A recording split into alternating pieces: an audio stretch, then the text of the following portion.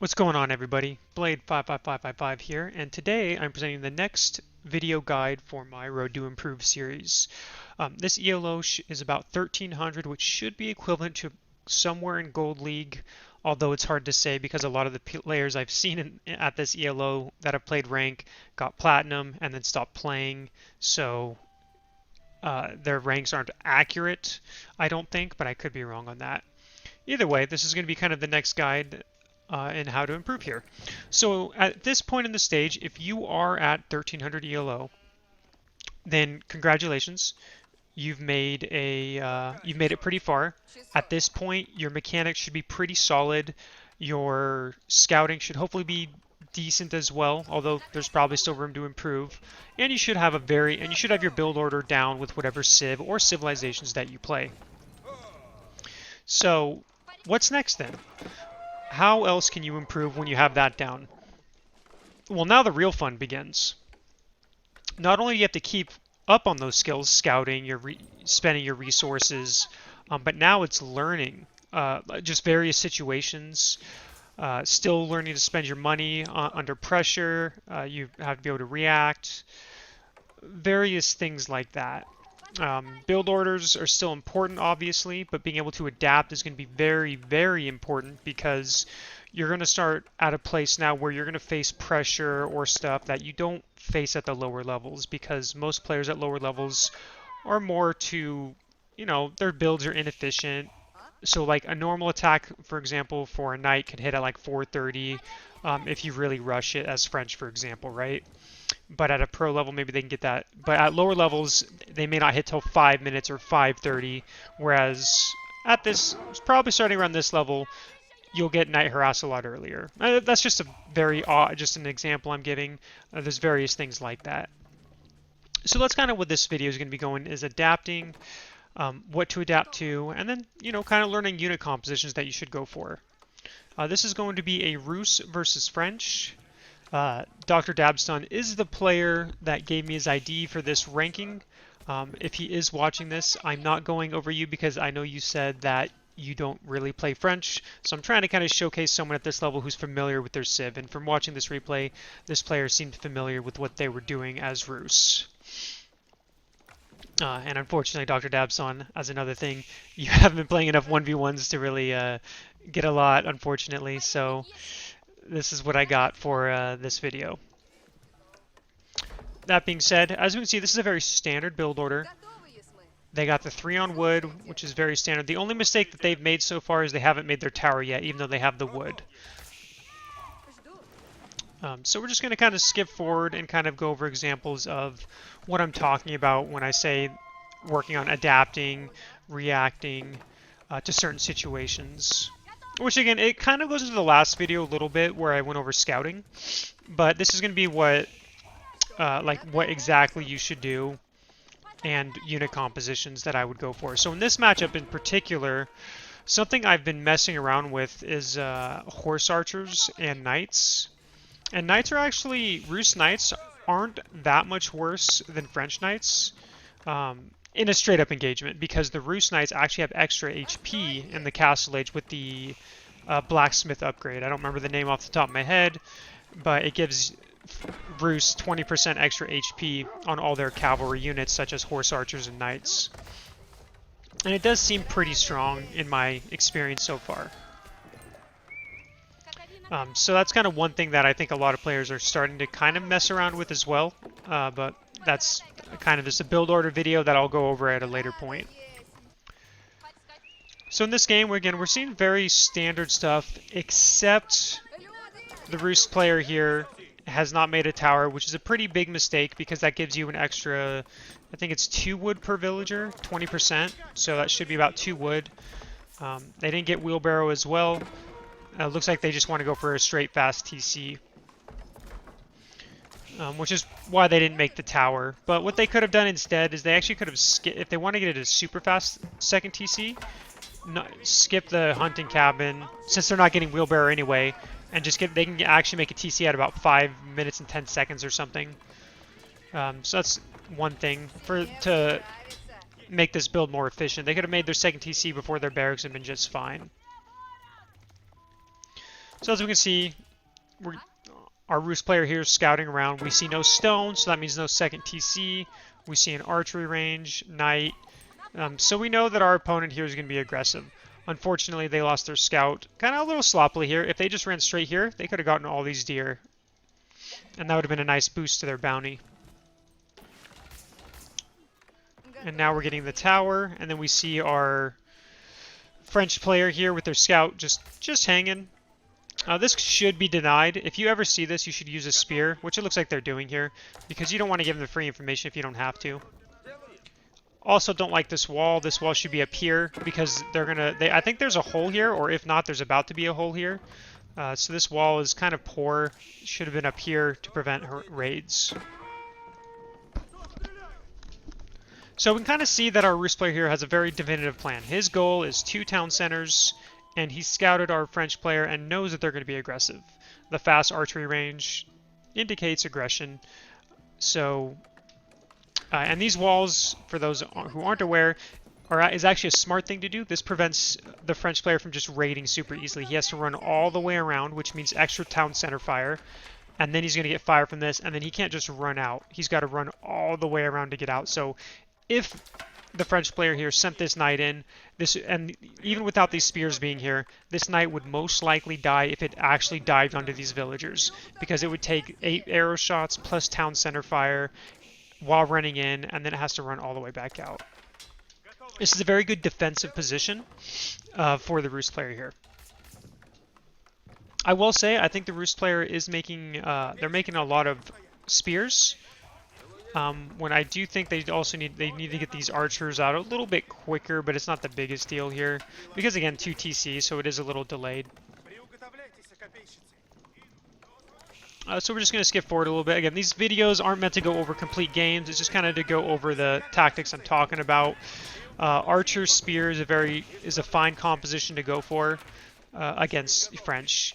You don't typically want to match French knights with your own knights as Roost, because French knights heal, yours do not, and French knights have an extra attack with their charge, and again, Roost knights do not. So in the feudal age, it's very cost ineffective to go knights yourself against French usually. In the castle age, again, like I talked about earlier, there's a little bit of argument about being able to go knights just fine because of the extra health and all that. So that's why I actually agree with the decision to go Archer Spear. Although I think with how this attack is very slow, I also would not have hated a faster castle by the Roost player. But with 2 TCs, it can also be tough to get a good fast castle. So we can kind of see just units being produced, so we're going to kind of skip forward here. Because their defense, I agree with everything they've done so far. I love the wall here. Again, they got archers and spears. We see 12 archers, we have 11, and then we have 17 spears to 4 knights. And then there's a little raid here that kind of snuck in, but this is going to die. So in general, very good reaction by the Roost player, for the most part. And this is kind of what I was talking about this wall here. This wall was a very bad wall. It needed to be up here. If you'd put the wall here, that tower would have been spotted a lot sooner, for example. And I do agree with this tower by the French player, by the way. They've recognized that both wood lines for Roost are in front. If you deny these wood lines, French players pretty much wins the game, because every civ needs wood, and if the wood is denied, very hard to win a game as I think any civilization, because you need wood for either units or production buildings, houses, unless you're Mongols, and so on. So this is actually a very good move by the French player here that I 100% agree with. I do think the Roost player here could have killed this villager and denied this a while ago, and it looks like a misclick judging that this villager's gathering wood and not building the tower. And again, I agree also with getting arrow slits. I think a great move by the Roost player for defense. They're actually reacting pretty well, I would say, to this entire strategy by the French player. And I agree with a lot of their moves that they're making. Let's skip forward a little bit here. Again, we're not here to watch the battles and whatnot. Unfortunately, that's a very ambitious tower. That's not going to go. That isn't going to happen. And now we're kind of getting to a good point where 25 archers to 20. Very hard for French to push this. The towers with arrow slits and the unit composition is just too... It's too close. 25 archers versus 22 archers and 17 spears. The French archers are always going to lose. Where's the blacksmith? And this is the upgrade. Boyar's Fortitude for the cavalry, by the way. Increase the health of Rus cavalry by plus 20. That's what I was talking about earlier in the video. So this is kind of where... to kind of go into this, I'm going to go into the French perspective here now. Because, again, like I said, I've already said this many times, I like how the Rus players defending this. I think they did a good job, for the most part, in their reactions. So now let's switch to Dr. Dabson here, and kind of look at his play a little bit. So at this point, we've got a tower here. This wood line is denied. Well, that might be because of that knight, but this wood line can't really do anything anymore. I wouldn't have minded a tower right here instead. This was too far forward, but I think, unless I'm mistaken, let me check. Yeah. So if they'd put if Dr. Dobson put the second tower here, that 100% denies this wood line and denies parts of these trees here. I think that should have been the next move. And we have 3 villagers right here. Could use these 3 villagers to build a tower here. This is going to force the Rus player to have to make rams or make a lot of scouts to burn these towers down. Now, to go into the French perspective here, though, you can't push into this, right? This is very hard. There's town center fire, there's a wooden fortress with arrow slits, and then your opponent has 18 archers to your 22, but he also has a ton of spears. And you have to take that into account, because if Rus pushes with all his archers and spears, these archers are not going to win the fight. They're going to lose. So while I agree with these towers, I think the one thing the French players should have done at this point is stop unit production and go castle. They have their towers up. They have enough of an army to where the Rus player can't comfortably go castle themselves because they are unsure of what's going on the map. If we go back to the Rus player's perspective here real quick, look at their vision. They have a scout here that they have not been using, so they have no idea what's going on. They've secured this food, which is good, but they have no way of knowing what the French player is doing. If French player decided right now to cut unit production and go castle, I think they could kill the Rus player pretty quickly.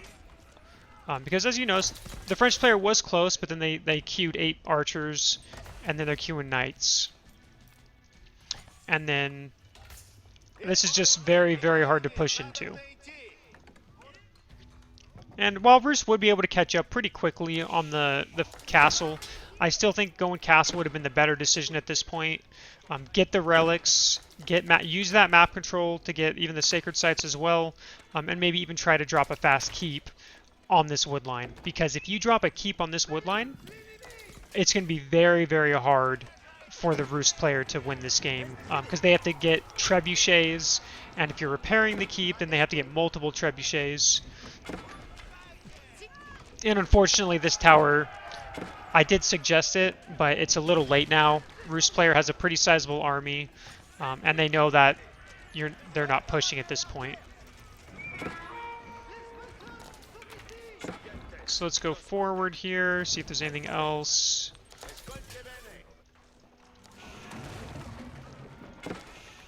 And again, I actually like this again. Towers are just so useful. It makes it very hard to push when there's a tower always raining fire down on your army. But I also agree with the French player here to poke at these villagers. Right now, Rus has no wood. They're using all their wood right now on tower or on rams. Although they do have 11 ticks on this, so they are fine with wood for a while. But this was a bad fight by French. He can't win this fight. And this is kind of a definition of overextending. Because imagine if they had gone castle, started adding in men-at-arms to their unit composition, and then trying to do a fast keep drop by putting the guild hall into stone, by having villagers gathering, like, 8 villagers on stone. Take these 11 off wood, stone, while going castle. And if they, like I said, they get that castle here, this becomes a very hard game for the Rus player to come back from.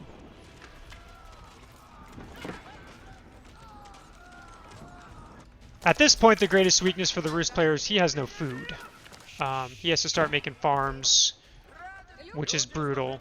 So this game was honestly very close to going the the French's way. He just needed to get the tower here quicker and probably just transition a little bit faster. I don't think there's too much else to go over on this game because the French player, or the Russe player, is actually in a pretty bad spot because they're still not gathering food. Although they can go castle at any time by just using this.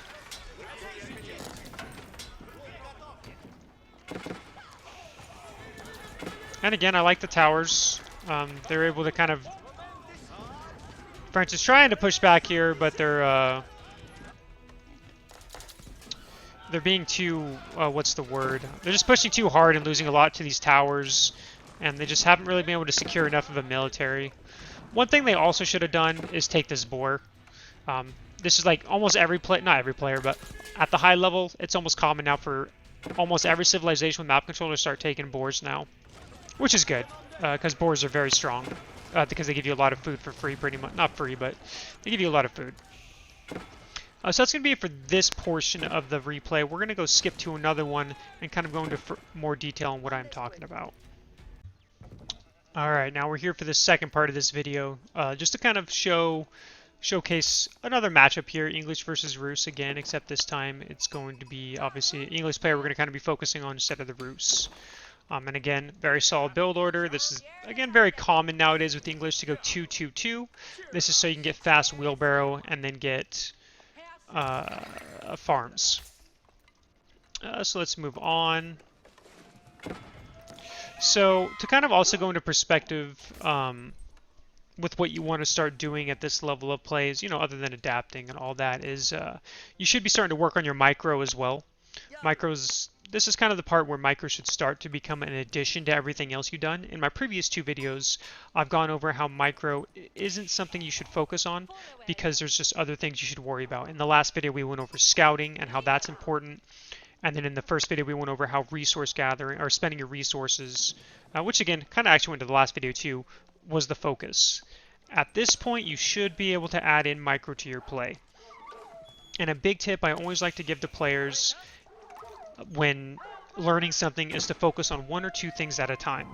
So that's why in the first video I say only focus on macro. Second video only focus on, not only, but add in scouting to your usual timings or your usual play style, trying to get good at that. And then micro is just another thing. Because if you try to learn too much too fast, you're not going to learn much at all, right? If I were to tell you in the first video, hey, I want you to focus on spending your resources, microing your units, taking the relics on the map, taking the sacred sites, building a second town center, and just so on, that's too much information and too much to focus on to actually improve. That's why I always tell people to focus on one or two things. In this video, I would say micro starting to be one, and again, just kind of general decision making, which comes with playing. Unfortunately, there's no easy trick for that one where I can be like, hey, yeah, if you just watch this video, bam, your decision making is going to be 20 times better, because it's unfortunately not how it works out. A lot of it's living and learning, or playing and learning, however you want to say it. So we're going to kind of skip forward a little bit, because again, this is very generic stuff. Double scout against Russe, taking all the, trying to kill all the deer, trying to kill all the the wolves. Just kind of very basic stuff in this matchup. And as you can see, again, fast wheelbarrow, getting the farms, very standard build order right now, which does yield to a late age up. The downside to a build order like this is, as the opponent, they know that they don't have to worry about early aggression, right? If I'm Russe, I can go fast castle and I'd be fine. They could, like, for example, Russe player could go for this boar, have a tower with arrow slits, go fast castle, and it's going to be very hard for English to do anything about it because they're not going to be finished aging up until about 6 minutes. And that's just kind of an example of what I'm talking about here. But so, see aging up, again, and I will give a tip about micro here, because I realize I actually have not done that yet. A good tip about micro, at least this is what I do, is having units in different control groups. So what I mean is, for example, having this on control 1, and you can see that 1 to showcase the 1, and spears on control 2. And this is just my personal preference. Whatever you prefer, you do. Don't just copy me. Do what you feel comfortable with. And the reason why you want this is rather than manually selecting, for example, let's say there's knights here. Instead of manually selecting your spears and attacking the knights, you press 2 and you can attack the knights, and you can press 1 to pull your archers back.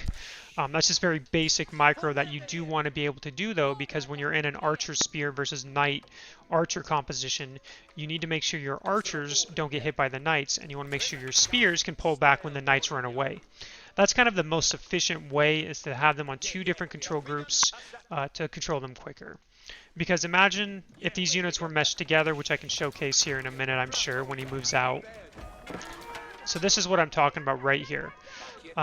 So imagine, you know, you don't have these in a different control group, so you have to manually select your 2 spears, which is actually fairly difficult to do in the middle of a fight without selecting some of your archers.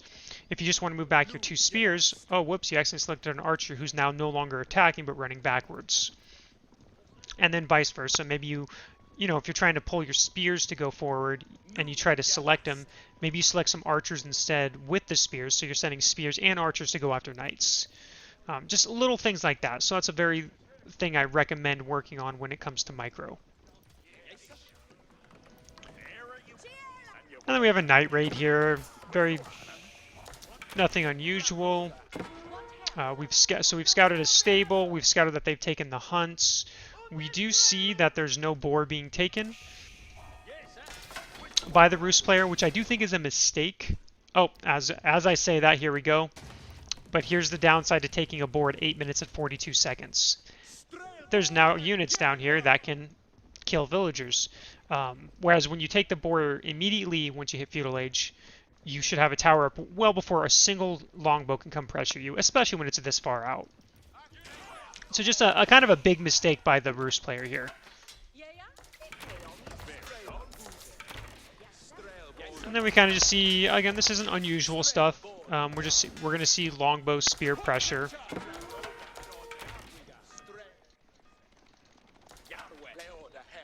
I'm just trying to think if there's anything else to really talk about. I'm pretty sure the Roost player is just going to die to this because now they're reacting way too late. They have 2 TCs, which is fine, although I think risky, but it is doable against English. And their towers are just super late, so they're not going to really... They're going to lose all map control here.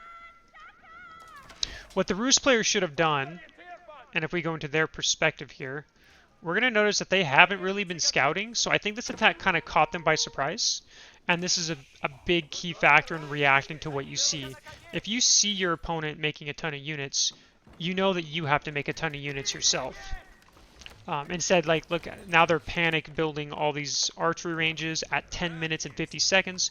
These should have been added way sooner. They're queuing a bunch of archers. The 2 stables, again, I agree with this. This is very good. 2 stables is fantastic. I actually kind of would have preferred the second TC being down here rather than up here, but that's just kind of personal opinion. And then again, we have a lot of food. We have a couple ticks here, so we can also start adding in more knights if we wanted to. Blacksmith's late, so probably going to use these ticks to sell food and get some blacksmith upgrades. But this is kind of an example of not reacting appropriately to your opponent. Because they could have gone fast castle and gone into men-at-arms and been fine. They could have just spammed these archery ranges a lot sooner, made these units sooner, and they would have also been fine. Like, as we see now, they're only just now scouting out this. Just now scouting out this stuff. And now there's 2 rams in their base. This is, again, just, like I said, reacting is very, very important. And it looks like they're gonna lose the game because of this action here. Not too much else to go over with here. So in general, that's kind of what you want to start focusing on is, again, scouting. As we can see, even at this level of play, scouting is still something that a lot of players lack and need to work on. So I would add that into the field to improve. A lot of the things starting to hold players back at this level of play are going to be things like that. Because in general, the mechanics, yeah, we're floating resources here, but I think it's just the panic and all that. But we can see from like our blue opponent here, our English player here, very good macro. They're spending their resources. Obviously, that has to do, you know, they save wood for rams. They have enough food to continuously make units. They have 5 longbows queued up. They have a couple spears. They could probably add some more production buildings, but in general, very solid macro. And at this point, it just comes down to reacting appropriately, which again just requires a lot of playing and figuring things out. And then micro. Those are kind of the two things to focus on once you get this high. And watching replays is very important when it comes to that. If you ever don't understand why you lose a game, like if I was the Roost player here and I left this game going, I don't know how I could have held that, watch the replay, analyze what your opponent did, analyze what you did wrong, and you will very shortly see, oh, I just needed to do this and this and I would have been just fine. A lot of things that hold players back from getting better is studying replays, seeing the mistakes they've made, seeing what they could have done differently, just all that kind of stuff. So that's going to be it for this video. There's not too much else to go over. I guess just for anyone who is curious, this is going to be a loss for the Roost player. As we can see, they have nothing left, no food, and nothing else. So we're just going to pause it here, just so you guys know. And then in the next video is probably going to be the last video in this series, unless I can think of something else to add. I think I'm being a little bit repetitive in some of these videos with kind of the same things. Maybe I'll try a different tactic in the next video, I'm not sure. But either way, the next video might be the last in this road to improve, or it might just be a little bit different than what I've done in these first 3 videos. Either way, I hope this helped you improve. Feel free to leave a comment below. I stream 5 days a week, Monday through Friday. Feel free to ask questions there. If you have a request, ask it there, or a comment on the YouTube video. Thanks again for tuning in, everyone, and we'll see you on the next one.